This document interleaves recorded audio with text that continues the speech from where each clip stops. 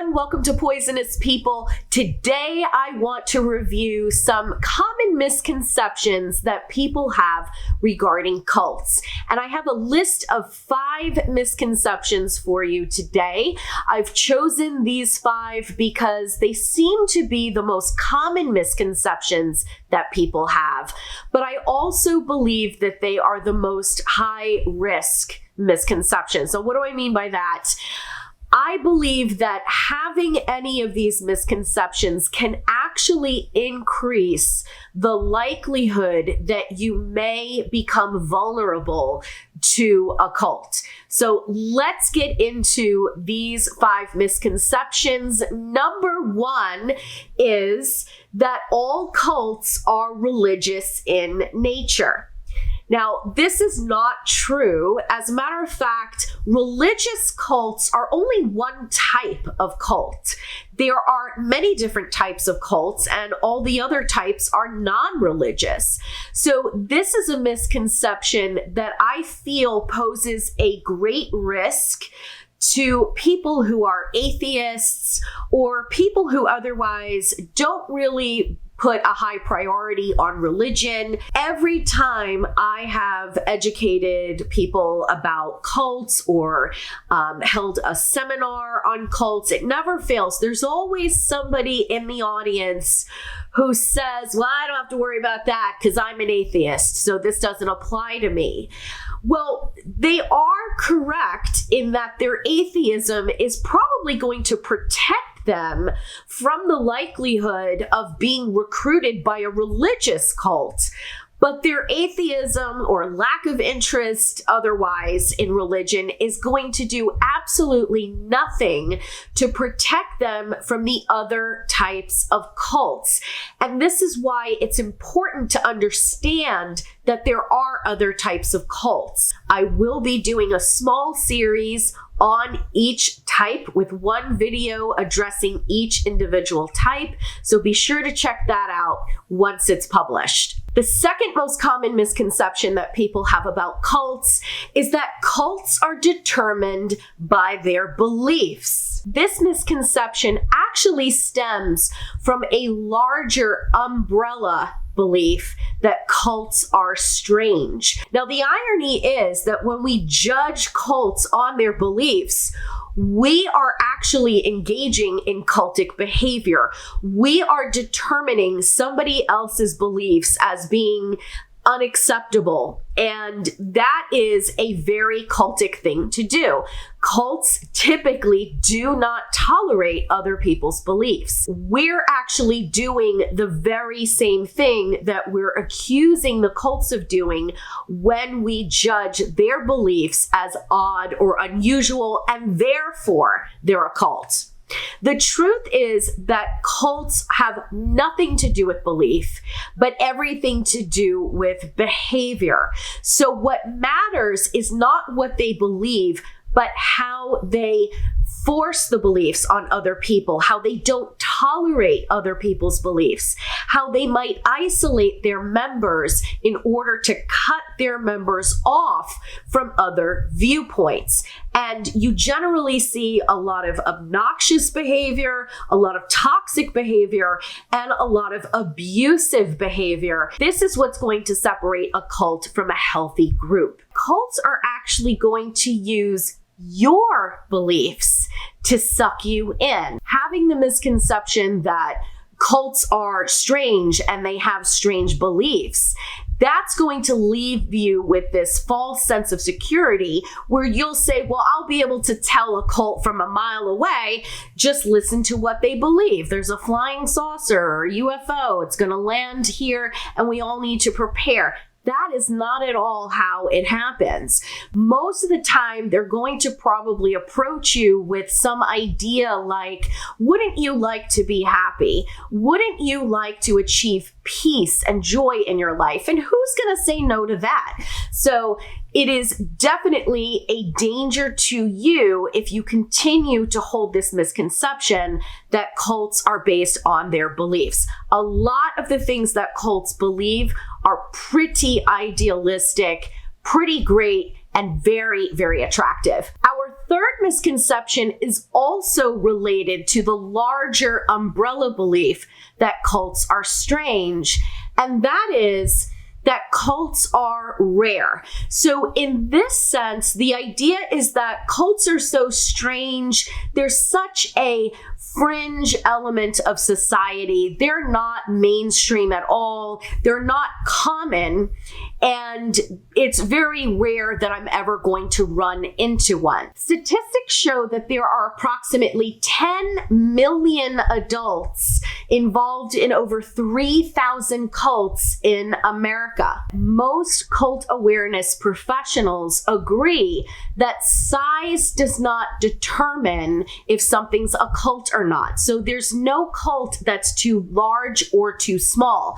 That means that a cult can consist of only two people, a leader and a follower. Romantic relationships, abusive relationships, toxic domestic partnerships, and these kinds of relationships can qualify as a type of cult. So when you factor in all the potential abusive relationships that are going on right now, there are potentially millions of little cults all over the world. So if we hold this misconception and we believe that cults are rare, they were a thing of the 70s, but they don't really happen today, this puts us at greater risk of not expecting to ever encounter one. And so if we're not expecting to run into a cult, we will not have our eyes open when one of these groups actually does approach us with some pretty attractive beliefs, as we mentioned in misconception number 2. So this is why we want to be on the lookout always and not deceive ourselves by thinking that's probably never going to happen to me. Misconception number 4 is that people join cults. And this misconception is tied to the larger misconception that people who are involved with cults are stupid. It is a myth that only stupid people get involved with cults. The fact is that cults are very attracted to intelligent people because then they can turn those intelligent people into some of the greatest spokespeople for the cult. The intelligent people make the cult look good. They make the cult look logical. When people have objections to their beliefs, it's the intelligent people who are going to refute those objections. So, do stupid people get involved with cults? Of course, right? The more the merrier. If you're gullible, we'll take you too. But if you're intelligent, you are actually quite valuable to the group. The truth is, nobody joins a cult. Nobody. Nobody wakes up in the morning and says, gee, I think I'll join a cult today.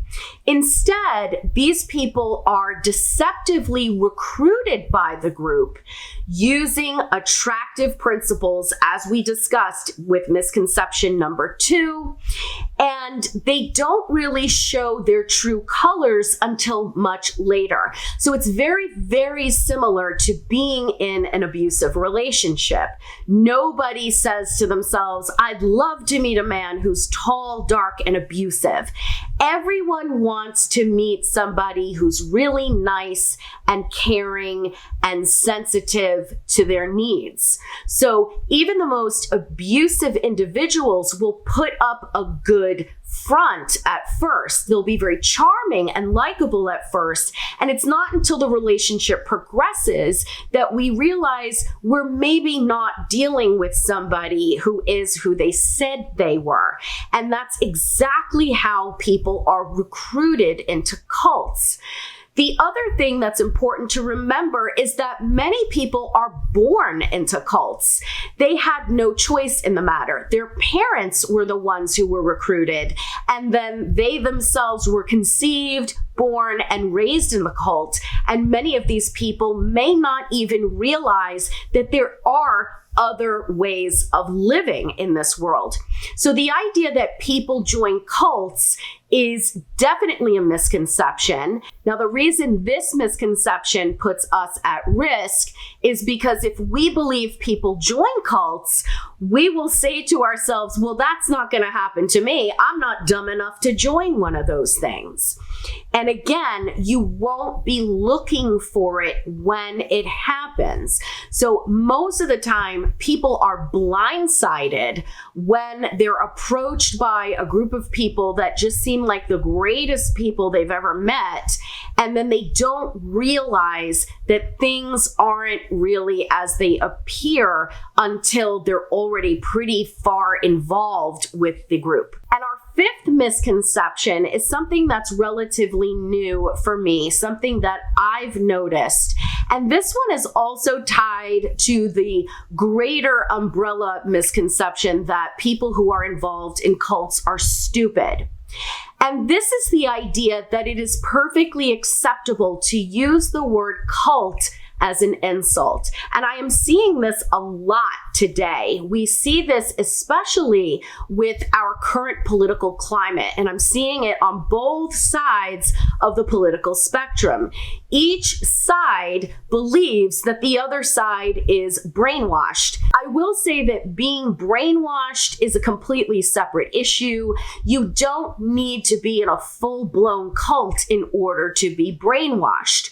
But what we see a lot of today are people yelling back and forth, you're in a cult. No, you're in a cult. This becomes synonymous with you're a moron, you're an idiot. Imagine if we were to use something like human trafficking as an insult, and we were going to make fun of people who've been human trafficked, and we were going to say, oh, you're a human trafficking victim, or I'm not an idiot, I wasn't molested when I was a kid. That would be absolutely absurd. It would also be really, really inappropriate and insensitive, and we would never dream of holding victims responsible for their abuse and then implying that they're idiots on top of that for getting into this abusive situation. So it's really very derogatory to be calling people cultists as if it's an insult. But the reason this is very dangerous to each one of us is that it promotes a culture of shame around this issue. So the people who really are in cults will be less likely to seek help when they get out because they don't want to be judged. But the other thing is, this fuels our own arrogance. Whenever we're insulting other people and we're calling other people names, we are essentially engaging in an exercise of arrogance. We are implying that we are better than the person we're insulting. If we believe it's okay to use the word cult as an insult, it inflames our pride and it further blinds us to the dangerous possibility that any one of us can be sucked in at any time. Furthermore, if we use this insult and then later on we're the ones that get sucked in, the level of shame is even higher because we're now hypocrites. And the likelihood that we will come forward to seek the treatment we need is even lower because we're so embarrassed, not only that we were dumb enough to get involved with a cult, but that we made such a big stink out of making fun of other people who previously found themselves in the same situation. So I hope a review of these misconceptions has given you something to think about, maybe corrected some stereotypes that you previously held, and if so, you can guarantee that that will make you stronger against the lure of these groups. I'm Jen Guerriero, and this is Poisonous People. Thanks for watching.